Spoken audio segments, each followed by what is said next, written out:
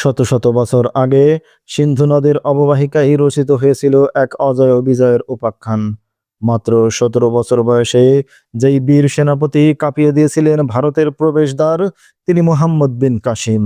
ইসলামের ইতিহাসে স্বর্ণাক্ষরে লেখা সেই রোমাঞ্চকর অভিযানের পূর্ণাঙ্গ ইতিহাস নিয়ে আমরা আসছি ফেইথ অ্যান্ড ফ্যাক্টসের পর্দায়।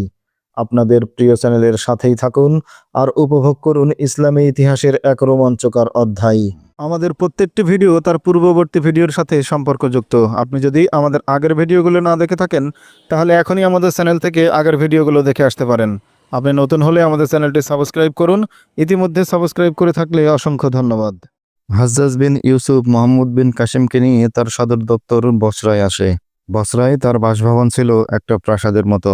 তার একটা আদরের কন্যা ছিল, নাম ছিল জুবাইদা। খলিফা ওয়ালিদ বিন আব্দুল মালিকের ছোট ভাই ছিল সুলাইমান। সে জুবাইদাকে মনে মনে পছন্দ করত, মাঝে মাঝে তার সাথে দেখা সাক্ষাৎ করত। একদিন রাতে গোপনে সাক্ষাৎ করার সময় সুলাইমান জুবাইদাকে ভালোবাসার কথা বলে, যদিও জুবাইদা তাকে মনে মনে পছন্দ করত, কারণ কৈশোর থেকেই তারা ছিল দুই বন্ধু, একই বিদ্যালয়ে পড়াশোনা করত তারা। কিন্তু জুবাইদা তাকে বলে যে আমি বিয়ের বিষয়ে ভাবছি, কিন্তু এখনই কোনো সিদ্ধান্ত দিতে পারছি না, আমি আমার পিতার কথার বিরুদ্ধে যেতে পারবো না। সুলাইমান তখন মনে মনে ব্যথিত হয়। এর কয়েকদিন পরেই মোহাম্মদ বিন কাসিমকে নিয়ে হাজ্জাজ বিন ইউসুফ তার বাসভবনে আসে। তখন জুবাইদা তার কাছে গেলে পরিচয় হয় মোহাম্মদের সাথে। মোহাম্মদ বিন কাসিমকে দেখে ভালো লাগে জুবাইদার। মোহাম্মদ বিন কাসিম এই বাড়িতে আসার পরেই বাগানে একটি ফুলের বাগান তার খুব ভালো লাগে। মাঝে মাঝে এসে সেখানে বসে সময় কাটায়। একদিন সেখানে বসে থাকার সময় জুবাইদা সেখানে আসে এবং মোহাম্মদকে বলে, মোহাম্মদ ভাইয়া, আমি মনে হয় তোমার জন্যই এতদিন অপেক্ষা করছিলাম, তুমি কি তোমার সাথে আমাকে নেবে? মোহাম্মদ তখন বলে, আসলে আমি কোনো ছোট স্বপ্ন নিয়ে এখানে আসিনি। আমার স্বপ্ন আমি ইসলামী সালতানাতের জন্য আমার জীবনকে উৎসর্গ করে দিব। আমি যেই মহান বীরের অনুসরণ করি সে খালিদ বিন ওয়ালিদ। খালিদ বিন ওয়ালিদ যেমন মুসলিম সালতানাতকে আরবের বিভিন্ন দিকে ছড়িয়ে দিয়েছিল, তেমনি আমার স্বপ্ন আমি ইসলামী সালতানাত এবং ইসলামকে বিশ্বের বিভিন্ন জায়গায় ছড়িয়ে দেব। তাই আমি সংকীর্ণতার মধ্যে নিজেকে বাঁধতে চাই না। সে আরো বলে, জুবাইদা, আমি আমার মায়ের দেখা স্বপ্নের বাস্তব প্রতীক, কিন্তু সেই স্বপ্ন এখনো সফলতা পায়নি। আমাকে অবশ্যই সেই তারকা হতে হবে যে তারকার স্বপ্ন আম্মু দেখেছিলেন। দুজন কথা বলতে বলতে মহলের প্রবেশ পথে এসে মোহাম্মদ নীরব হয়ে গেল এবং জুবাইদার উদ্দেশ্যে বলল, জুবাইদা, এখন তুমি তোমার পথে যাও, আমি একাকী মহলে প্রবেশ করব। জুবাইদা বলল, আমার মন চাচ্ছে তোমার সফর সঙ্গী হতে, তুমি কি আমাকে সঙ্গে নেবে? আল্লাহর যদি মর্জি থাকে তাহলে আমার আপত্তি নেই। একথা বলেই দ্রুত পায়ে মহলের দিকে পা বাড়ালো মোহাম্মদ। বসন্তকাল। এই সময়ে দারুল খেলাফত তথা রাজধানীতে সেনাবাহিনীর বাৎসরিক কুচকাওয়াজ অনুষ্ঠিত হয়। সেনাবাহিনীর বিভিন্ন ইউনিটের কুশলী যোদ্ধারা নানা ধরনের নৈপুণ্য, শৈল্পিক এবং নান্দনিক যুদ্ধ কৌশল প্রদর্শন করে। সামরিক এবং বেসামরিক লোকজন এই কুচকাওয়াজ দেখার জন্য উদগ্রীব থাকে। অগণিত দর্শকের সমারোহে মুখরিত হয় ময়দান। খলিফা নিজে উপস্থিত থেকে কৃতী কুশলবিদদের মধ্যে পুরস্কার তুলে দেন। খেলাধুলার মধ্যে ঘোড়দৌড়, বর্ষা, তরবারি, তীর এবং মল্লযুদ্ধ উল্লেখযোগ্য। খলিফা আব্দুল মালিক বিন মারওয়ানের সময়ে প্রশাসন নানা বিদ্রোহ দমনে ব্যস্ত থাকার কারণে বসন্তকালীন মহড়া অনুষ্ঠানের সুযোগ তেমন হয়নি। তিনি কঠোরভাবে সকল ধরনের গোলযোগ দমন করার জন্য তার ছেলে ওয়ালিদ বিন আব্দুল মালিকের সময় কোনো গোলযোগ ছিল না। এই জন্য খলিফা প্রতি বছরের বসন্ততে রাজধানীতে বিশাল আকারের সামরিক মহড়ার আয়োজন করতেন। এই উৎসবে এত কঠিন প্রতিযোগিতা হতো যে সামরিক প্রতিযোগিতায় অংশগ্রহণ করে প্রতিযোগিতায় হাতে যদি কেউ মারাও যেত তবু এর কোনো শাস্তি হতো না। একদিন খলিফার বিশেষ দূত বসরার হাজ্জাজ বিন ইউসুফের কাছে পয়গাম নিয়ে গেল। বাৎসরিক সামরিক উৎসবে যোগদান করার জন্য তিনি যেন এক্ষুনি খলিফার সাথে দেখা করেন। তাছাড়াও তার সাথে খলিফার জরুরি পরামর্শ রয়েছে। হাজ্জাজ বিন ইউসুফ খলিফার পয়গামে খুশি হলেন। খুশির প্রধান কারণ তিনি ভাতিজা মোহাম্মদকে খলিফার সাথে পরিচয় করিয়ে দেওয়ার একটা সুযোগ খুঁজছিলেন। খলিফার পয়গাম এই কাজটির জন্য সুবর্ণ সুযোগ বয়ে আনলো। বাৎসরিক সামরিক উৎসবটি তার জন্য আরো সুযোগ করে দিয়েছে। তিনি সামরিক প্রতিযোগিতায় মোহাম্মদকে অংশগ্রহণ করিয়ে খলিফা এবং সেনাপতিদের এই বিষয়টি দেখিয়ে দিতে চাচ্ছিলেন এতটুকু বয়সে তার ভাতিজার সমরবিদ্যা কি পরিমাণ যোগ্যতা অর্জন করেছে। তিনি চাচ্ছিলেন পরিচয়ের শুরুতেই সবার চোখে মোহাম্মদকে তার কৃতিত্বের মাধ্যমে একটা সম্মানজনক মর্যাদা প্রতিষ্ঠিত করতে। তিনি তখনই মোহাম্মদকে ডেকে বললেন, মোহাম্মদ, তুমি তরবারি চালনা, বর্ষা নিক্ষেপ, ঘোড়দৌড় এবং মল্লযুদ্ধে কতটুকু পারদর্শী আমি জানি না। বসন্ত উৎসব একটা সুযোগ, আমি এই সুযোগটাকে কাজে লাগাতে তোমার সামরিক প্রতিযোগিতায় সম্পৃক্ত করতে চাই। আশা করি তুমি আমাকে লজ্জিত করবে না। হারজিত আল্লাহর হাতে চাচা যান, আমি বড়াই করতে চাই না, তবে প্রতিযোগিতায় অবশ্যই অবতীর্ণ হব। তাহলে চলো, তুমি যাওয়ার জন্য প্রস্তুত হও। কপাটের ওপাশ থেকে এগিয়ে এসে জুবাইদা আবেদনের স্বরে বলল, এবারের প্রতিযোগিতায় আমিও যাব আব্বু। আমাকে আপনি একবারও সামরিক প্রতিযোগিতা দেখতে নিয়ে যাননি। একমাত্র কন্যার অনুরোধ প্রত্যাখ্যান করতে পারলেন না হাজ্জাজ। জুবাইদাকে নিয়ে যেতে সম্মত হলেন তিনি। বসরা থেকে রওনা হয়ে হাজ্জাজ বিন ইউসুফ মোহাম্মদ এবং জুবাইদাকে নিয়ে দারুল খেলাফত রাজধানীতে পৌঁছালেন। তিনি খলিফার সাথে মোহাম্মদ বিন কাসিমের পরিচয় করিয়ে দিলেন। আল্লাহর কসম ইবনে কাসিম, তোমার বাবার অবদানকে আমাদের পরিবার কখনো ভুলবে না, বললেন খলিফা ওয়ালিদ বিন মালিক। তিনি আমাদের খেলাফতের মর্যাদা রক্ষায় নিজের জীবন উৎসর্গ করেছেন। তিনি যেমন ছিলেন বীর বাহাদুর, তেমনি ছিলেন বিশ্বস্ত। আশা করি তুমি তোমার পিতার পদাঙ্ক অনুসরণ করেই চলবে। ইবনে ইউসুফ হাজ্জাজের উদ্দেশ্যে তিনি বললেন, আপনি কি আপনার ভাতিজাকে কারো মোকাবেলায় প্রতিযোগিতা করতে বলবেন? এই জন্যই তো ওকে সাথে করে নিয়ে এসেছে আমিরুল মুমিনিন। আমিও দেখতে চাই সে কতটুকু উপযুক্ত হয়েছে। সে যদি তার যোগ্যতা প্রমাণ করতে পারে, তাহলে আমরা তাকে তার পিতার পদেই বরণ করব, বললেন খলিফা। হাজ্জাজ বিন ইউসুফ ছিলেন প্রধান প্রশাসক। তার পদমর্যাদা বর্তমানের গভর্নরের চেয়ে অনেক বেশি। হাজ্জাজকে বিশেষ সম্মানে শাহী মহলেই থাকার ব্যবস্থা করলেন খলিফা। মোহাম্মদ বিন কাসিমও চাচার সাথে এই শাহী মেহমান হিসেবে থাকার সুযোগ পেল। জুবাইদাকে পাঠিয়ে দেয়া হলো অন্দরমহলে বেগমদের কাছে।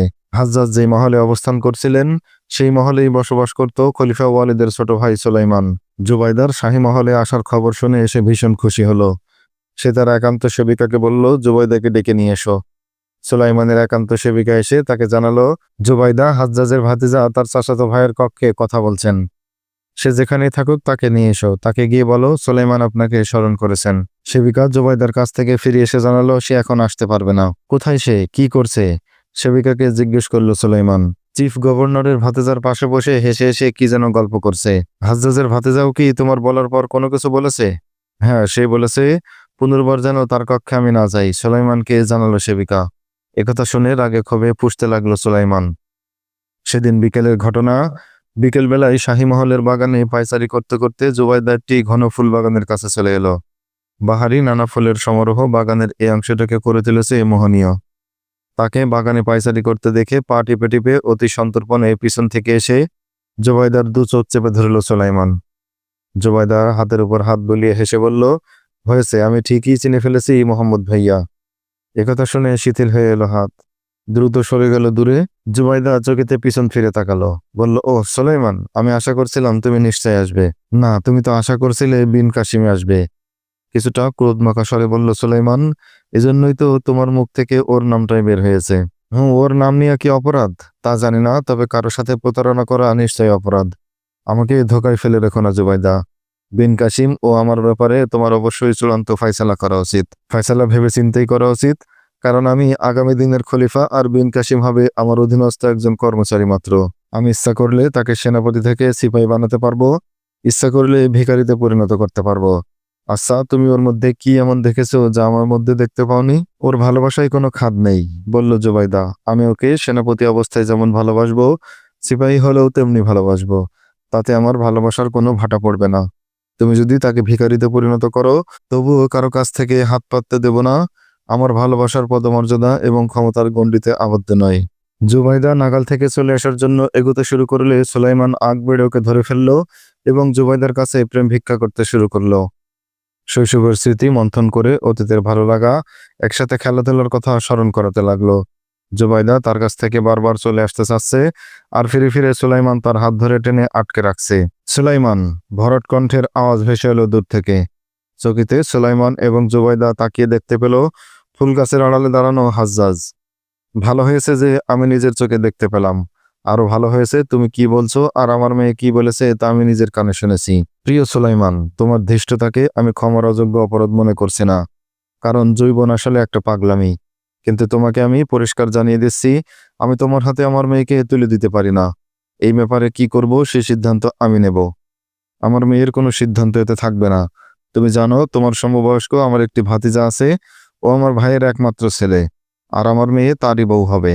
মাথা নিচু করে দাঁড়িয়েছিল জুবাইদা। হাজ্জাজ জুবাইদার হাত ধরে নিয়ে বাগান থেকে চলে গেল। সুলাইমান ঠায় দাঁড়িয়ে পিতাকন্যার গমন পথের দিকে তাকিয়ে রইল।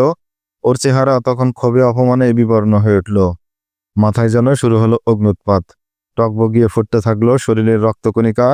সে ভেবে পাচ্ছিল না হাজ্জাজ এবং মোহাম্মদ বিন কাসিমকে কাবু করে কিভাবে জুবাইদাকে কবজা করবে। দুদিন পরের ঘটনা। সারা আরবের মানুষ যেন জমায়েত হয়েছে সামরিক উৎসবে। বহু দূর দূরান্ত থেকে লোকজন এসে জমা হয়েছে, ময়দানে থাকার জন্য তাঁবু ফেলেছে দলে দলে। যেদিকেই চোখ যায় শুধু মানুষ আর মানুষ, সারা ময়দান ভরে গেছে তাঁবু ঘোড়ার ওঠে। শহরের রাস্তা দিয়ে লোকের ভিড়ে পথ চলা দায়। বিশাল ময়দান, একদিক থেকে তাকালে অপর দিকের সীমানা খুঁটি দেখা যায় না। ময়দানের মাঝখানে বৃত্তাকারের চিহ্ন দেয়া, এই বৃত্তের বাইরে আগত লোকজন অবস্থান নিয়েছে। বৃত্তের এক পাশে সুদৃশ্য প্যান্ডেল, নানা রঙের জরিদার ঝালর এবং বাহারি সামিয়ানার লটকানো এক মঞ্চ। মঞ্চের মাঝখানে শাহী সিংহাসন, এর পাশেই দামি দামি কুরসি। এসব কুরসিতে বসবে খলিফার বেগম সাহেবগণ, তাদের ডানে বামে উজির সেনাপতি এবং খেলাফতের পদস্থ কর্মকর্তাবৃন্দ। সেই সাথে বিভিন্ন কাবিলা এবং গোত্রের সর্দার এবং গোত্রপতিদের বসার ব্যবস্থা। সবার সামনে খলিফা ওয়ালিদ বিন মালিকের সিংহাসন, তার এক পাশে প্রধান গভর্নর হাজ্জাজ বিন ইউসুফের বসার আসন। হাজ্জাজের সাথেই তার একমাত্র কন্যা জুবাইদা উপবিষ্ট। অগণিত দর্শক ময়দানের চারপাশে, কেউ বসা, কেউ দাঁড়ানো, কেউ নিজের বাহনের পিঠে আরোহী। খলিফার ইঙ্গিতে প্রতীক্ষার প্রহর শেষ করে শুরু হলো সামরিক উৎসব। বাৎসরিক প্রতিযোগিতা, সেনাবাহিনীর বিভিন্ন ইউনিটের প্রতিযোগীরা পালাক্রমে ময়দানে প্রবেশ করে প্রতিপক্ষকে হারিয়ে দেওয়ার হুমকি দিয়ে অতিক্রম করছে।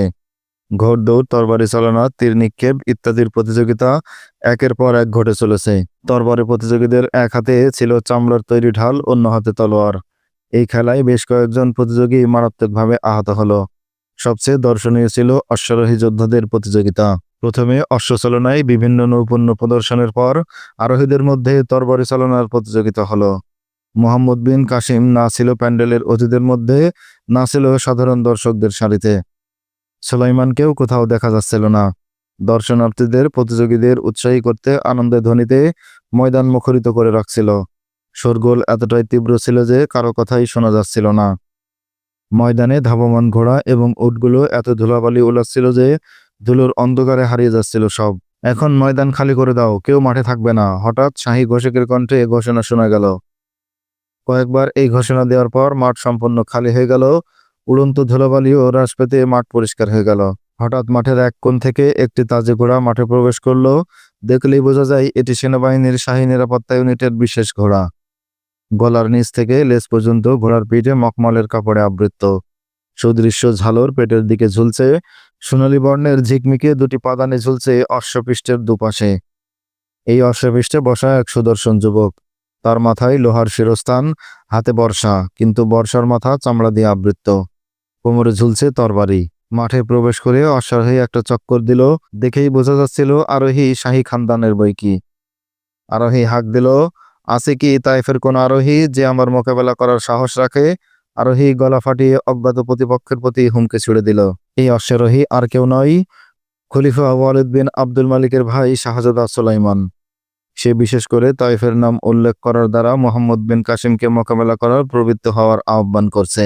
শাহজাদার এই হুমকিমূলক আহ্বানে ময়দান জুড়ে নেমে এলো নীরবতা। ভবিতব্য দেখার জন্য সকল দর্শনার্থী উৎকণ্ঠ এবং অপলক নেত্রে মাঠের দিকে তাকিয়ে রইল। এমন সময় মাঠের এক কোণ থেকে প্রবেশ করল এক অশ্বারোহী।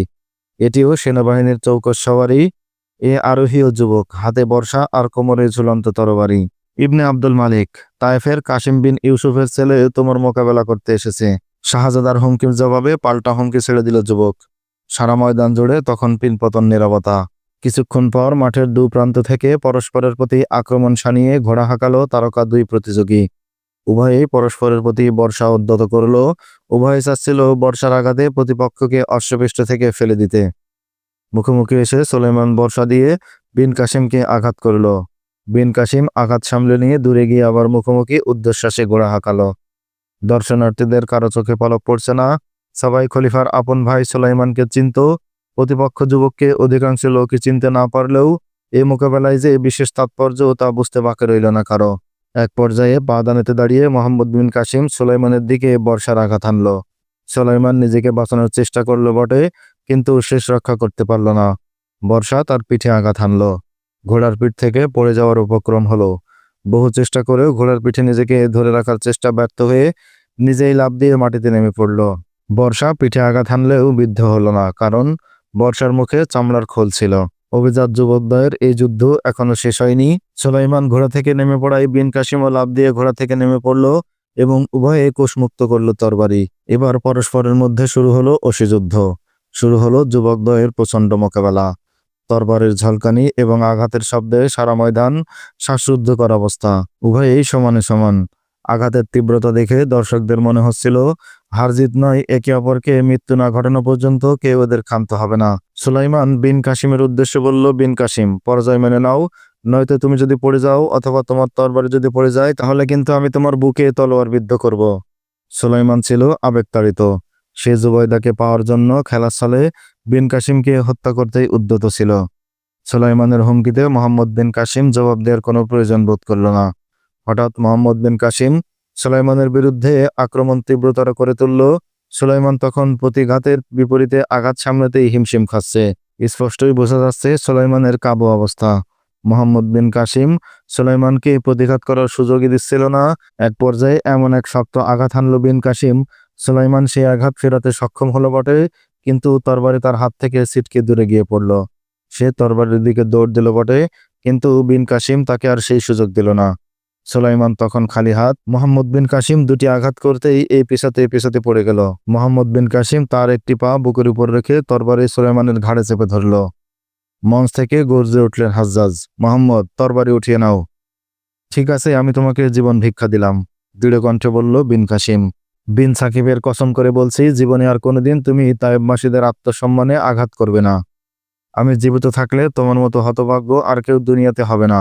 জমিন থেকে উঠতে উঠতে বলল সুলাইমান। সুলাইমান বিন আব্দুল মালিকের এই কথাগুলো কোনো পরাজিতের আস্ফালন ছিল না। এই কথাগুলো ছিল তার জীবন মরণ প্রতিজ্ঞা। এই প্রতিহিংসার প্রতিজ্ঞাই শেষ পর্যন্ত ভারতের বিজয়ের ইতিহাসের গতিপথ বদলে দিয়েছিল। 700 খ্রিস্টাব্দ মোতাবেক 81 হিজরি সন। মোহাম্মদ বিন কাসিমের বয়স তখন মাত্র 17 বছর। সিন্ধু অঞ্চলে দাহির নামের এক কট্টর হিন্দু রাজা মসনদে আসীন হল। তখন সিন্ধু অববাহিকা দুটি রাজ্যে বিভক্ত। এক অংশের রাজধানী ছিল আড়ুর, অনেকে বলতো আলোড়, আর অপর অংশের রাজধানী ছিল ব্রাহ্মণবাদ। ব্রাহ্মণবাদের রাজার নামই ছিল রাজ। ক্ষমতা দখলে 1 বছরের মাথায় সে মারা গেল। রাজের মৃত্যুর পর ব্রাহ্মণবাদের মসনদ অপর অংশের রাজা দাহিরের এক জ্ঞাতি ভাই দখল করে নেয়। এতে রাজা দাহির খুব খুশি হয় এই ভেবে যে তারই এক জ্ঞাতি ভাই সিন্ধু অঞ্চলের অপর অংশের ক্ষমতায় আসীন হয়েছে। রাজা দাহির মসনদ দখল করার 3-4 বছর পরের ঘটনা। রাজা দাহিরের রানী মায়ারানী হরিণ শিকার করতে গেল। তখন সিন্ধু অববাহিকা ছিল যেমন জঙ্গলপূর্ণ, তদ্রূপ জঙ্গলি পশু পাখিতে ছিল ভরা। তখনকার রাজা রানীদের হরিণ শিকার ছিল একটি আভিজাত্যের প্রতীক। ছুটন্ত হরিণের পিছে তাজি ঘোড়া হাঁকিয়ে বিষাক্ত তীর ছড়িয়ে হরিণকে ঘায়েল করা ছিল শাসকদের একটি অন্যতম খেলা। এ শিকার করতে বের হলো। রথ চালক ছিল শাহী নিরাপত্তা বাহিনীর সদস্য। সে যুদ্ধক্ষেত্রে রাজাকে বহন করে ঘোড়ার গাড়ি চালাতো, যার কারণে ঘোড়ার গাড়ি চালনায় তার পারদর্শিতা ছিল কিংবদন্তি তুল্য। শিকারের জায়গায় পৌঁছে 4-5টি হরিণ চোখে পড়ল রানীর। মায়ার নির্দেশে রথ চালক ঘোড়া দৌড়ে দিল। শিকারের তাড়া খেয়ে হরিণ রুদ্ধশ্বাসে ছুটে পালাতে লাগলো। পলায়নরত হরিণের পিছনে ঘোড়ার গাড়ি ছুটতে লাগলো তীব্র বেগে। কিছুদূর গিয়ে হরিণগুলো বিচ্ছিন্ন হয়ে গেল। এদের একটির পিছনে ছুটতে লাগলো মায়ারানী। শাহী আস্তাবলের প্রশিক্ষিত ঘোড়াও দৌড়াতে লাগলো হরিণের পিছু পিছু। দৌড়াতে দৌড়াতে এক জায়গায় এসে গেল। জমিন যেখানে পাথরের টিলাময়, আবার কোথাও বালুময়। হরিণ জীবন বাঁচাতে এমন জোরে জোরে লাফ দিচ্ছিল যে একটি লাফে 30-40 হাত দূর অতিক্রম করত। এমত অবস্থায় মায়ারানী 4টি তীর নিক্ষেপ করেছিল, কিন্তু কোনোটি লক্ষ্যভেদ করতে পারেনি। হরিণের ডানে বামে গিয়ে পড়ছে মায়ারানীর ছোড়া তীর। এমন সময় হরিণ দৌড়ে পৌঁছে যায় টিলা এবং জঙ্গলাকীর্ণ জায়গায়। নাগালের বাইরে চলে যায় হরিণ, তবুও দ্রুত হাঁকাতে শুরু করলো রথ চালক ঘোড়ার গাড়ি। উঁচু নিচু জমিনে আঘাত লেগে ঘোড়ার গাড়ি উল্টে যাওয়ার উপক্রম। কয়েকবার এমন হয়েছে যে পড়তে পড়তে নিজেকে সামলে নিয়েছে মায়া। হরিণ টিলার ফাঁকে নিচু হয়ে দৌড়ে পালাচ্ছিল আর আঁকাবাঁকা পথে এগোচ্ছিল। রানী এরপরও হরিণের পিছু ছাড়ল না। হরিণ যেদিকে মোড় নিত, মায়ার ঘোড়ার গাড়িও সেদিকে ঘুরতে গিয়ে মাঝে মাঝে উল্টে যাওয়ার উপক্রম হতো। এমত অবস্থায় আরো 3টি তীর নিক্ষেপ করল মায়া, কিন্তু কোনোটি হরিণকে স্পর্শ করল না। এই সময় সামনে ঘন টিলাময় জায়গায় এসে গেল। হঠাৎ একটি টিলার ওপাশ থেকে এক অশ্বারোহী বেরিয়ে এলো। অশ্বারোহীর হাতে বর্ষা। আরোহী তার ঘোড়া ধাবমান হরিণের পিছনে ছুটালো। মায়ারানীর গাড়িও ততক্ষণে খোলা জায়গায় এসে গেছে। মায়ারানীর রথ চালক হরিণের পিছু ধাবমান অশ্বারোহীকে চিৎকার করে বলল, সামনে থেকে সরে যাও, এটা মহারানীর শিকার। কিন্তু অশ্বারোহীর কানে রথ চালকের চিৎকার প্রবেশ করলো বলে মনে হলো না। সে যথারীতি হরিণের পিছনে ছুটতে লাগলো। মহারানী, তীর ধনুক আমার হাতে দিন। হরিণের আগে আমি এই বেকুবকেই খতম করে ফেলবো, বলল রথ চালক। মনে হচ্ছে অশ্বারোহী আমাদের দেশের নয়, বলল মায়ারানী। এমন সময় হরিণ একটু ঘুরে দৌড়াতে লাগলো। অশ্বারোহীও ঘুরে গেল সেদিকে। এখন স্পষ্টই অশ্বারোহীর চেহারা দেখা গেল। দেখে মনে হচ্ছে এ কোন আরব, বলল রথ চালক। বুঝতে পারছে না এদিকে আসার সাহস ও কিভাবে পেল। রথ তখনও আগের মতো এগোচ্ছিল। মায়ারানী আবারও কয়েকটি তীর ছুড়ল, কিন্তু পূর্বের তীরগুলোর মতোই এগুলো লক্ষ্যভেদ করল না। এমন সময় অশ্বারোহীর পাদানির উপর দাঁড়িয়ে তার হাতের বর্ষাটি হরিণের দিকে নিক্ষেপ করলে নিক্ষিপ্ত বর্ষা গিয়ে পড়ল হরিণের কাঁধে। বর্ষা বিদ্ধ হয়, হরিণটি লাফ দিয়ে লুটিয়ে পড়ল মাটিতে। অশ্বারোহী লুটিয়ে পড়া হরিণের পাশে গিয়ে দাঁড়ালো। এদিকে ধাবমান মায়ের ঘোড়াটিও ততক্ষণে পড়ে থাকা হরিণের পাশে গিয়ে থেমে গেল। অশ্বারোহী মায়ের দিকে তাকিয়ে মুচকি হাসছিল। রথ চালক অশ্বারোহীর প্রতি রাগে ফুঁসতে ফুঁসতে সামনে গিয়ে দাঁড়ালো। তুমি সেই সব আরবদের কেউ যাদেরকে মহারাজ আশ্রয় দিয়েছেন? স্বদেশী ভাষায় জিজ্ঞেস করল রথ চালক। তুমি কি জানো না কি অপরাধ করেছো? মহারানী ইচ্ছা করলেই তোমাকে আমার গাড়ির পিছনে বেঁধে ঘোড়া দৌড়ের নির্দেশ দিতে পারেন। তুমি আরব হয়েও এতটা বেকুব এবং বেয়াদব কি করে হলে? না, আমি মহারাজের আশ্রিত আরবদের কেউ নই। তাছাড়া আমি কোনো বেয়াদবিও করিনি, বেকুবও নই। আরে, তুমি আমাদের ভাষাও জানো? আশ্চর্যান্বিত কণ্ঠে বলল রথ চালক। মায়ারানীর রাগান্বিত হওয়াটাই স্বাভাবিক, কিন্তু সে রাগান্বিত হলো না। ঘোড়ার গাড়ি থেকে নেমে মায়া গিয়ে দাঁড়ালো অশ্বারোহীর সামনে। গভীরভাবে তাকালো আরোহীর চোখের দিকে। অজ্ঞাত আরব অশ্বারোহীর বয়স ছিল 30-এর কোঠায়। উজ্জ্বল ফর্সা গায়ের রং, একহারা শরীরের গড়ন, শক্ত গাঁথনি শরীরের, গাঢ় কালো চোখের তারাই হাসির ঝিলিক। চেহারার মধ্যে এক ধরনের মায়া মায়া ভাব। প্রগাঢ় ব্যক্তিত্বের ছাপ আরোহীর চেহারায়। মায়া যুবকের দিকে তাকিয়ে তার সম্মোহনীতে মুগ্ধ হয়ে তাকিয়ে রইল। আরব যুবকের মুচকি হাসি মায়রানের প্রতি যেন এক ধরনের বিদ্রুপ করছিল। এমন সময় অশ্বক্ষুরের আওয়াজ শোনা গেল। মুহূর্তের মধ্যে সেদিকে এসে পৌঁছালো 6 অশ্বারোহী। এরা ছিল মায়ারানীর নিরাপত্তারক্ষী। সংগ্রাম, নিরাপত্তারক্ষীদের আমার কাছে আসতে দিও না। ওদেরকে দূরে থামিয়ে দাও, আর তুমি ও রথ নিয়ে যাও। এর ভাগ্যের ফয়সালা আমি একাকী করব। চালক রথ নিয়ে চলে গেল এবং নিরাপত্তারক্ষীদের দূরে থামিয়ে দিল। এখানে কেন এসেছো? আরোহীকে জিজ্ঞেস করলো মায়ারানী। হরিণ শিকারের জন্য এসেছিলে? আমার অনুমতি ছাড়া তুমি তো হরিণ নিয়ে যেতে পারবে না। এটা যদি আমি নিজের জন্য শিকার করতাম তাহলে মরে যাওয়ার আগে আমি সেটিকে জবাই করতাম। আমি এটিকে তোমার জন্য শিকার করেছি। আমি জানি তোমরা মর জীবজন্তু খেয়ে থাকো। আমাদের জন্য তুমি কেন শিকার করলে? তুমি কি আমাকে নারী মনে করে ভেবেছিলে আমি এটিকে শিকার করতে পারবো না? জিজ্ঞেস করলো মায়া। তুমি কি আমার সাথে ঠাট্টা করছো? না, আমাকে এর পিছনে আসতে দেখোনি? না, আমি তোমাকে নারী হিসেবে দেখছি ঠিক, কিন্তু শিকারের ব্যাপারে তোমাকে আমি অনারী মনে করিনি। আমি এই টিলার উপর দাঁড়িয়েছিলাম। তুমি যখন থেকে হরিণের পিছু নিয়েছো তখন থেকে আমি তোমাকে দেখছি বারবার তুমি হরিণের দিকে তীর নিক্ষেপ করছো, কিন্তু রথ এদিক সেদিক হওয়ার কারণে তোমার ছড়া তীর লক্ষ্যভ্রষ্ট হয়ে যাচ্ছে। এদিকে হরিণটিও বাঁচার জন্য ঊর্ধ্বশ্বাসে দৌড়াচ্ছে। এদিকের মাটি অসমতল হওয়ার কারণে তোমার রথ যেভাবে হেলে যাচ্ছিল এবং হোঁচট খাচ্ছিল তাতে মনে হচ্ছিল রথ না আবার উল্টে যায়।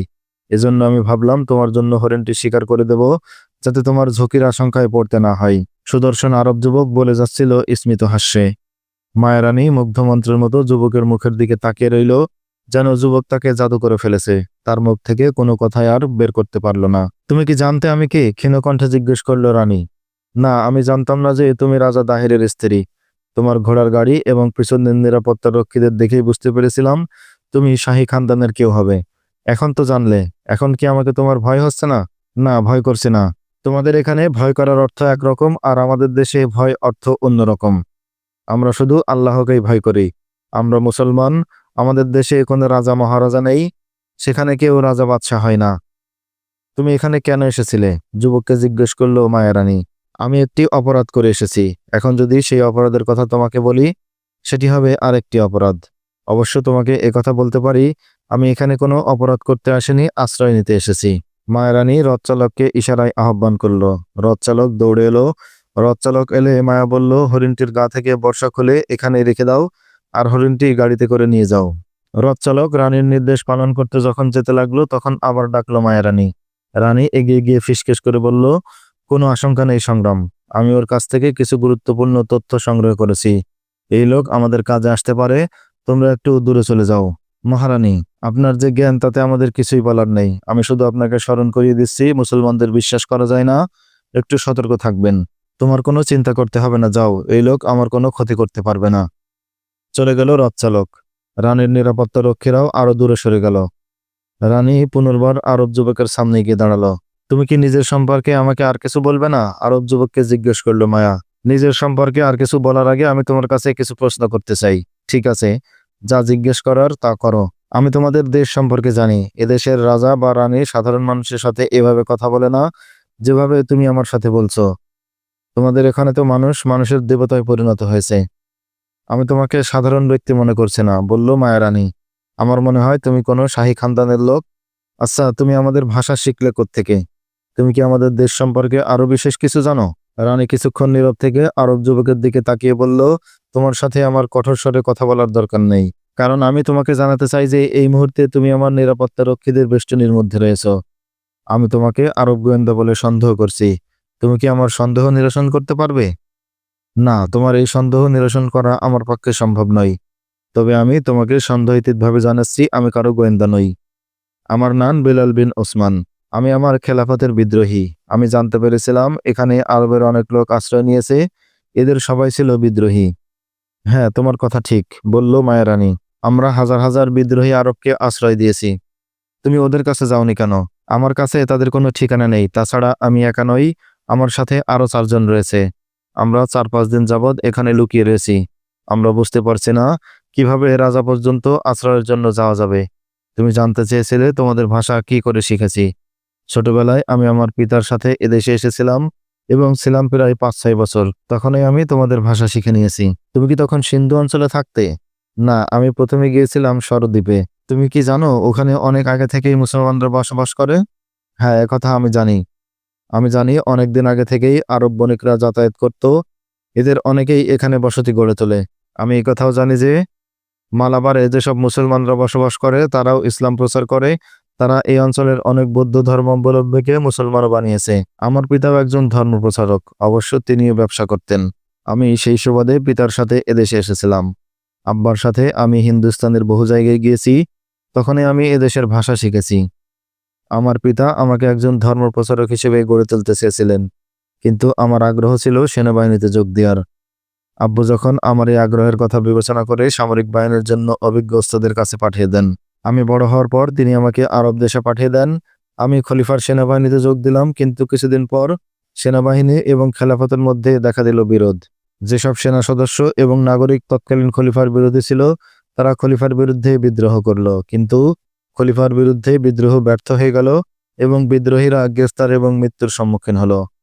এখানকার রাজা যাদের আশ্রয় দিয়েছেন তারা সেই খলিফার বিদ্রোহী আরব। আমি যেহেতু বিদ্রোহীরই সন্তান, তাই আমাকেও পালাতে হলো। আরব বিদ্রোহীরা এদেশে এসেছিল সে তো অনেক আগের কথা, কিন্তু এতদিন পরে তোমাকে আসতে হলো কেন? জিজ্ঞেস করল মায়া। আমি আসলে ওইসব বিদ্রোহীদের কেউ নই যাদের বিরুদ্ধে প্রথম ধরপাকড় হয়েছিল, বলল বেলাল।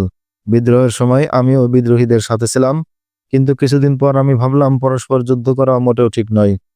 এই বোধ থেকে আমি তৎকালীন খেলাফতের বিশ্বস্ত হয়ে গেলাম। কিন্তু খেলাফতের বিরুদ্ধে বিদ্রোহীদের সংখ্যা এখনও সে দেশে নিঃশেষ হয়ে যায়নি। বিদ্রোহীদের পক্ষ ত্যাগ করার কারণে আমি ওদের শত্রুতে পরিণত হই। খেলাফতের পক্ষে চলে যাওয়ার কারণে বিদ্রোহীরা আমাকে হত্যার হুমকি দেয়। এদিকে বিদ্রোহীদের সঙ্গ দেওয়ার জন্য খেলাফতের মধ্যে অনেকে আমাকে অবিশ্বাস এবং সন্দেহের দৃষ্টিতে দেখতে থাকে। ঘরে বাইরে আমি শত্রু বেষ্টিত হয়ে পড়ি। সেখানে আমার বেঁচে থাকাটাই মুশকিল হয়ে পড়ে। এই কারণে 4 সাথীকে নিয়ে আমি দেশ ত্যাগ করে চলে আসি। এখনো আমি সন্দেহ সংশয়ের মধ্যে আছি। আমি কোন পক্ষ অবলম্বন করব স্থির সিদ্ধান্তে পৌঁছতে পারছি না। কখনো মনে হয় বিদ্রোহীদের পক্ষ অবলম্বন করাই আমার কর্তব্য।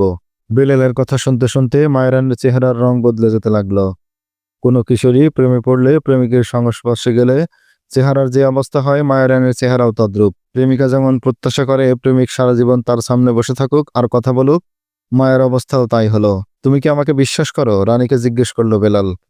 তোমাদের দুর্গে আমার কোনো একটা চাকরি হলেই হলো। এই মুহূর্তে আমার সবচেয়ে বেশি প্রয়োজন একটা নিরাপদ আশ্রয়। একটা নিশ্চিত ঠিকানা পেলে আমি ঠান্ডা মাথায় চিন্তা করতে পারতাম আমি ভুল পথে আছি কিনা। আমি তোমাদের জন্য একটা কিছু করব, বলল রানী। তুমি কি আমার উপর আস্থা রাখতে পারবে? জিজ্ঞেস করলো মায়া। আমার মনে হয় আমাদের মধ্যে আর একবার দেখা হওয়া উচিত। তুমি যেখানকার কথা বলবে আমি সেখানেই চলে আসব, বলল বেলাল। মায়া রানী বেলালকে রাজা দাহিরের দুর্গের পার্শ্ববর্তী একটি জায়গার কথা বলল। আগামীকাল অমুক সময় তুমি সেখানে থাকবে, আমি তোমার কাছে আসব। এই বলে মায়া চলে গেল। বেলাল মায়ার কাছ থেকে বিদায় নিয়ে একটু উঁচু টিলার উপর তার 4 সঙ্গীর কাছে চলে গেল। বেলাল সঙ্গীদের কাছে গিয়ে বলল, রাজা দাহিরের কাছে পৌঁছানোর জন্য কয়েকদিন যাবৎ অনেক চেষ্টা করেছিলাম। ঘটনাক্রমে আজ আল্লাহ সে ব্যবস্থা করে দিয়েছেন। বেলালের জন্য এভাবে মায়ার মুখোমুখি হওয়া যদিও ঝুঁকিপূর্ণ ছিল, তবুও ঝুঁকি নিয়েছিল বেলাল। কিন্তু মায়ারানী তার কথায় এতটা প্রভাবিত হবে তা ছিল আশাতীত। সিন্ধু অঞ্চলে দেশত্যাগী 5 আরব মুসলমানের উপস্থিতি কোনো আশ্চর্য ঘটনা ছিল না, কারণ মোহাম্মদ বিন কাসিমের জন্মের বহু পূর্বেই আরবের বহু মুসলমান ভারত ভূখণ্ডে পৌঁছে গিয়েছিল। অনেকে ভারতের ভূখণ্ডে বসতি স্থাপন করেছিল। সর্বপ্রথম মুসলমানরা মালাবার অঞ্চলে আসেন। অবশ্য ইসলামের আগে থেকেই আরব বণিকদের এ অঞ্চলের সাথে যোগাযোগ ছিল। যেসব মুসলমান মালাবার অঞ্চলে এসেছিলেন তারা ছিল মূলত নৌচালক এবং বণিক। মুসলমানরা এখানে আসার সময় ভারতের বৌদ্ধ, হিন্দু, খ্রিস্টান এবং ইহুদি এই 4 ধর্মের অস্তিত্ব ছিল। অবশ্য অধিকাংশ মানুষ ছিল পৌত্তলিক ধর্মের বিশ্বাসী হিন্দু। ইতিহাস সাক্ষী দেয়, রাসূল সাল্লাল্লাহু আলাইহি সাল্লামের জীবদ্দশায় ইসলাম ভারতের মালাবার অঞ্চলে পৌঁছে গিয়েছিল। হেরা গুহার অন্ধকার যে আলোকরশ্মি উদ্ভাসিত হয়েছিল তা আরব বণিকদের মাধ্যমে উপমহাদেশের মালাবার অঞ্চলে রাসূল সাল্লাল্লাহু আলাইহি সাল্লামের জীবদ্দশাতেই পৌঁছে গিয়েছিল। আরব বণিকদের হাতে বহু ভারতীয় ইসলাম ধর্মেও দীক্ষা নিয়েছিল। মালাবারের অদূরেই ছিল সরদ্বীপ, যা বর্তমানে শ্রীলঙ্কা নামে পরিচিত। মুসলমান বণিকরা যখন জাহাজে করে বিভিন্ন পণ্য নিয়ে এই অঞ্চলে আসতো, তারা শুধু পণ্যই নিয়ে আসতো না, সাথে নিয়ে আসতো ইসলামের পবিত্র আলো। মুসলমান বণিকদের সাথে যখন শ্রীলঙ্কা এবং মালাবারের লোকদের সখ্যতা গড়ে উঠল, তখন তারা মুসলমানদের উন্নত চারিত্রিক বৈশিষ্ট্য এবং সততায় আকৃষ্ট হলো। পরে যখন তারা ইসলামের তাবলীগ শুরু করলেন, তখন তাদের উন্নত চারিত্রিক বৈশিষ্ট্য এবং সততায় মুগ্ধ হয়ে বহু লোক ইসলামের দীক্ষা নিল। ভারতের লোকজন যখন দেখল ইসলামের কোনো রাজা প্রজার বিভেদ নেই, মানুষ হিসেবে সবাই সমান, সবাই এক আল্লাহর বান্দা, আরব মুসলমানদের সংস্পর্শে এসে তৎকালীন শ্রীলঙ্কার উপকূল এবং মালাবারের রাজাও ইসলাম ধর্মের দীক্ষা নিয়েছিল। এমনকি মালাবারের রাজা জামরান ইসলাম ধর্ম গ্রহণের পর রাসূল সাল্লাল্লাহু আলাইহি সাল্লামের সাথে সাক্ষাতের জন্য হিজাজে রওনা হয়েছিল, কিন্তু আরব উপকূলে সামুদ্রিক ঝড়ে জাহাজ ডুবে তার মৃত্যু ঘটে। মৃত জামরানকে ইয়ামানের তীরে দাফন করা হয়। হযরত ওমর রাদিয়াল্লাহু তাআলা আনহু-এর খেলাফতের সময় সেনাপতি উসমান বিন আবুল আস বোম্বাইয়ের নিকটবর্তী থানা আক্রমণ করেছিলেন। তার আক্রমণের উদ্দেশ্য ছিল উপমহাদেশে যেসব আরব বণিকদের জাহাজ যাতায়াত করে তাদের নিরাপত্তা নিশ্চিত করার জন্য একটি বন্দর কবজায় রাখা। এটিই ছিল ভারতে মুসলমানদের প্রথম অভিযান। অভিযান সফল হয়, কিন্তু এই অভিযানে আমিরুল মুমিনের অনুমোদন ছিল না বলে বন্দরের কবজা বহাল রাখা হয়নি। ঐতিহাসিক বালাজুরি লিখেছেন, সেনাপতি উসমান বিন আবুল আস যখন মালে গনিমতের অংশ মদিনায় প্রেরণ করেন, তখন ভারত অভিযানের সংবাদে হযরত ওমর রাদিয়াল্লাহু তাআলা আনহু সেনাপতি বরাবর অনুমতি ছাড়া অভিযান পরিচালনার জন্য কঠোর পয়গাম পাঠান। হযরত ওমর লিখেন, ভাই ওসমান, তোমার এই অভিযান খুবই ঝুঁকিপূর্ণ ছিল। তুমি যে পরিমাণ সৈন্যবল নিয়ে অভিযানে যাত্রা করলে, এটা তো একটি কিটের চেয়ে বেশি ছিল না, যেই কিটকে তুমি একটি কাঠখণ্ডে বসিয়ে সমুদ্রে ফেলে দিয়েছিলে। তুমি এত দূরে গিয়ে অভিযান পরিচালনায় ব্যর্থ হয়ে যদি বিপদে পড়ে যেতে, তাহলে আমার পক্ষ থেকে তোমাকে কোনো সহযোগিতা করার উপায় ছিল না।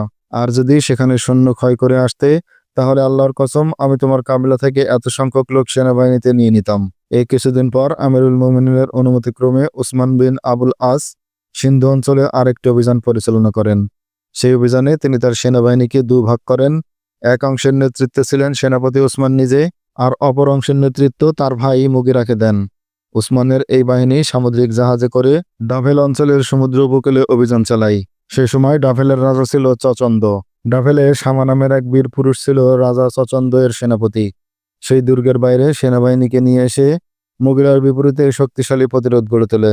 তবুও মুগিরা শত্রুপক্ষের পেটে ঢোকে শামাকে হুমকি দিলেন। এক পর্যায়ে উভয় পক্ষের সেনাপতিদ্বয় মুখোমুখি হলো। মুগিরা আল্লাহু আকবার বলে তকবীর দিয়ে শামার উপর হামলে পড়ল। শামা আহত হলো, কিন্তু সেই প্রতিপক্ষকে এমন আঘাত করল যে মুগিরার পক্ষে সে আঘাত সামলানো সম্ভব হলো না। মারাত্মক আহত অবস্থায় শাহাদত বরণ করল মুগিরা রাদিয়াল্লাহু তাআলা আনহু। অবশেষে বিজয়ী হলো মুসলিম বাহিনী, কিন্তু সেই বিজয়ের মূল্য দিতে হয়েছিল খুব বেশি। শেষ পর্যন্ত নানা কারণে সেখানে আর মুসলমানরা কবজা বহাল রাখেনি। এই ঘটনার 6 বছর পর সেনাপতি আবদুল্লাহ বিন আমের বিন রবিয়া ইরান জয় করেন। ইরান জয়ের পর তিনি সিস্তান আক্রমণ করেন। সিস্তানের শাসক মীর খান হাতিয়ার ত্যাগ করে আত্মসমর্পণ করেন।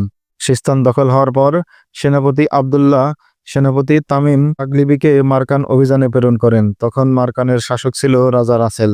রাসেল সিন্ধের রাজা চচন্দের সাহায্য প্রার্থনা করলে চচন্দ রাসেলের সাহায্যে বিরাট সেনাবাহিনী পাঠালো। উভয় সেনাবাহিনী একত্রিত হয়ে মুসলিম বাহিনীর বিপরীতে হিন্দুদের সৈন্য সংখ্যা দ্বিগুণ হয়ে গেল। তবুও মুসলমানরাই বিজয়ী হলেন। মারকান মুসলমানদের কবজায় নতি হলো। অবশ্য এর আগেও একবার হযরত ওমর রাদিয়াল্লাহু তাআলা আনহু এর খেলাফতকালে ইরাকের শাসক আবু মুসা আশআরী রাবিয়া বিন জিয়াদ নামের একজন সেনাপতিকে মারকান অভিযানের নির্দেশ দিয়েছিলেন। তখন মারকান তাদের অধীনে এসেছিল, কিন্তু বিজয়ের পর মুসলিম সেনাবাহিনীকে কবজা ত্যাগ করে ফিরে যাওয়ার নির্দেশ দেওয়া হয়। সেই অভিযানে অর্জিত মালে গনিমতের অংশ ভিন্ন করে বাইতুল মাল মদিনায় প্রেরণ করলে সরকারি অংশ মদিনায় নিয়ে যাওয়ার দায়িত্ব দেওয়া হয়েছিল অভিজ্ঞ সেনানায়ক শিহাব আবদিকে। বাইতুল মালের অংশ নিয়ে আমিরুল মুমিনিন হযরত ওমরের কাছে সমর্পণ করলে তিনি বলেন, আল্লাহ তাআলা তোমাদের বিজয়কে মোবারক করুন, তোমাদের উপর আল্লাহর রহম করুন। আচ্ছা শিহাব, আমাকে বলো তো মারকানের অবস্থা কিরূপ, ওইখানকার ভৌগোলিক অবস্থা কেমন? আমিরুল মুমিনিন বলল, শিহাব, মারকানের জমিন খুবই শুষ্ক, সেখানে কোনো ফুল ফল জন্মে না। 2-4টি ফলজ বৃক্ষে যা ফল পাওয়া যায় সেগুলো খাওয়ার অযোগ্য। ওইখানকার অধিবাসীরা লুটতরাজে অভ্যস্ত। একজন অপরজনকে লুট করেই ওরা জীবিকা নির্বাহ করে। ওরা বেঁচে থাকার প্রয়োজনেই এখন অপরজনকে খুন করে। আমরা যদি সেখানে অল্প সংখ্যক সেনাবাহিনী মোতায়েন করি তাহলে তাদের ওরা লুটতরাজ করে নিঃশেষ করে দেবে। আর যদি বেশি পরিমাণ সৈন্য মোতায়েন করা হয় তাহলে খাদ্যাভাবে মারা যাওয়ার শঙ্কা রয়েছে। আল্লাহ তোমাদের উপর রহম করুন। শিহাব আবদির কথার প্রেক্ষিতে বললেন হযরত ওমর রাদিয়াল্লাহু তাআলা আনহু, তুমি তো কাব্য করছো, ওখানকার প্রকৃত অবস্থা আমাকে বলো। আমিরুল মুমিনিন, আমি যা দেখেছি হুবহু তাই আপনার কাছে ব্যক্ত করলাম। আল্লাহর কসম, আমি কেন, যেই সেখানে যাবে সেই এই কথা বলবে। সত্য এবং বাস্তবতাকে কিছুতেই অস্বীকার করা যায় না আমিরুল মুমিনিন। না শিহাব আবদি, তোমার ধারণা ঠিক নয়, বললেন ওমর। ইসলামের সৈনিকদের খুদ পিপাসা কখনো মেরে ফেলতে পারে না। কায়সার এবং কিসরাকে অস্ত্র সমর্পণে বাধ্যকারী মুজাহিদদের বেলায় এই কথা বলা যায় না যে তারা ঘুমিয়ে থাকবে আর ডাকাতেরা তাদের সহায় সম্পদ লুটে নিয়ে যাবে। তাদের বেলাও এই কথা বলা অপমানকর যে তারা ক্ষুধা পিপাসায় ধুকে ধুকে মারা যাবে। এই কথা বলার পর আমিরুল মুমিনিন হযরত ওমর রাদিয়াল্লাহু তাআলা আনহু মারকান থেকে মুসলিম সেনাবাহিনী ফিরিয়ে আনার নির্দেশ দেন। অতঃপর মারকানের কিছু অংশ কবজায় রেখে বাকি অংশ ত্যাগ করে মুসলিম বাহিনী সেখান থেকে ফিরে আসে। মহাভারতে মুসলমানদের অভিযান শুধু মারকানে সীমাবদ্ধ ছিল না। ওমর ফারুকের শাহাদতের পর হযরত উসমানের সময়ও ভারতের পশ্চিমাঞ্চলে মুসলমানদের বিজয় অভিযান অব্যাহত ছিল। হযরত উসমানের শাহাদতের পর হযরত আলী রাদিয়াল্লাহু তাআলা আনহুর খেলাফতকালেও যথারীতি তা অব্যাহত থাকে। তখন মুসলমানরা কিলাত পর্যন্ত অভিযান চালিয়েছিলেন। হযরত আলী রাদিয়াল্লাহু তাআলা আনহুর শাহাদতের পর খেলাফত বনি উমাইয়াদের হাতে চলে যায়। বনি উমাইয়ার শাসনামলেও ভারতের পশ্চিমাঞ্চলে মুসলমানদের শাসনাধীন ছিল, কিন্তু ধীরে ধীরে ইসলামের কেন্দ্রভূমিতেই দেখা দেয় গোলযোগ। ক্ষমতার লোভ খেলাফতের মধ্যে সৃষ্টি করে অস্থিরতা। সত্য আর মিথ্যা, হক এবং বাতিলের মধ্যে অনিবার্য হয়ে ওঠে সংঘাত। যারা ছিলেন হকের পক্ষে তাদের বলা হয় বিদ্রোহী। এতে করে খেলাফত দুই ভাগে বিভক্ত হয়ে পড়ে। দ্বিখণ্ডিত হয়ে যায় বিজয়ী সেনাবাহিনী। জুলুম এবং অত্যাচারের যুগ শুরু হয়ে যায়। শাসকদের মধ্যে জুলুম অত্যাচারের সবচেয়ে বেশি খ্যাতি লাভ করে হাজ্জাজ বিন ইউসুফ। ক্ষমতালোভীরা ইসলামের পতাকা এবং তাকবীরকে দিনের পরিবর্তে রাজনৈতিক স্বার্থে ব্যবহার করতে শুরু করে। উমাইয়া শাসক আব্দুল মালিক বিন মারওয়ানের শাসনামলে তিনি কঠোর হস্তে সকল বিদ্রোহ দমন করেন এবং উমাইয়া শাসনকে পাকাপোক্ত করেন। সেই বিদ্রোহের সময় অন্তত 500 প্রথম শ্রেণীর যোদ্ধা আরব ভূমি ত্যাগ করে ভারতের এক অংশের পৌত্তলিক শাসক রাজা দাহিরের আশ্রয় গ্রহণ করে। রাজা দাহির দেশত্যাগী এইসব মুসলমানদেরকে মারকান অঞ্চলে বসতি স্থাপনের অনুমতি দেন। দাহিরের আশ্রয় প্রার্থীদের অধিকাংশই ছিলেন আলাফি বংশের। এই গোত্র যুদ্ধবাদ হিসেবে ছিল বিখ্যাত। বিলাল বিন উসমানও বিদ্রোহজনিত কারণে 4 জন সঙ্গী নিয়ে দাহিরের কাছে আশ্রয়ের আশায় ভারতের মাটিতে পৌঁছে। কিছু এলাকা অপরিচিত থাকা এবং রাজা পর্যন্ত পৌঁছানোর মাধ্যম না পাওয়ার কারণে তারা ঠিকানাহীন ঘুরে ফিরছিল। বিলাল এই কথাও জানত যে বিদ্রোহীদের আশ্রয় দিয়ে রাজা দাহির খেলাফতের সাথে শত্রুতা তৈরি করছে। তাছাড়া দাহিরের পিতা মাকরান অভিযানে মুসলমানদের প্রতিপক্ষ রাজা চচন্দকে সামরিক সহযোগিতা করাও ছিল শত্রুতার অন্যতম কারণ। এজন্য বিলাল ভয় করছিল রাজা দাহির তাদের গ্রেফতার করে কয়েদখানায় বন্দী করতে পারে। কি ঘটতে যাচ্ছে বেলালের জীবনে? রাজা দাহিরকে তাকে ধরতে পারবে নাকি মায়ারানী তাকে আশ্রয় দিবে? জানতে হলে অপেক্ষা করুন আমাদের পরবর্তী ভিডিওর। সেই পর্যন্ত সকলে ভালো থাকবেন। দেখা হবে নতুন ভিডিওতে। আল্লাহ হাফেজ। আসসালামু আলাইকুম ওয়া রাহমাতুল্লাহ।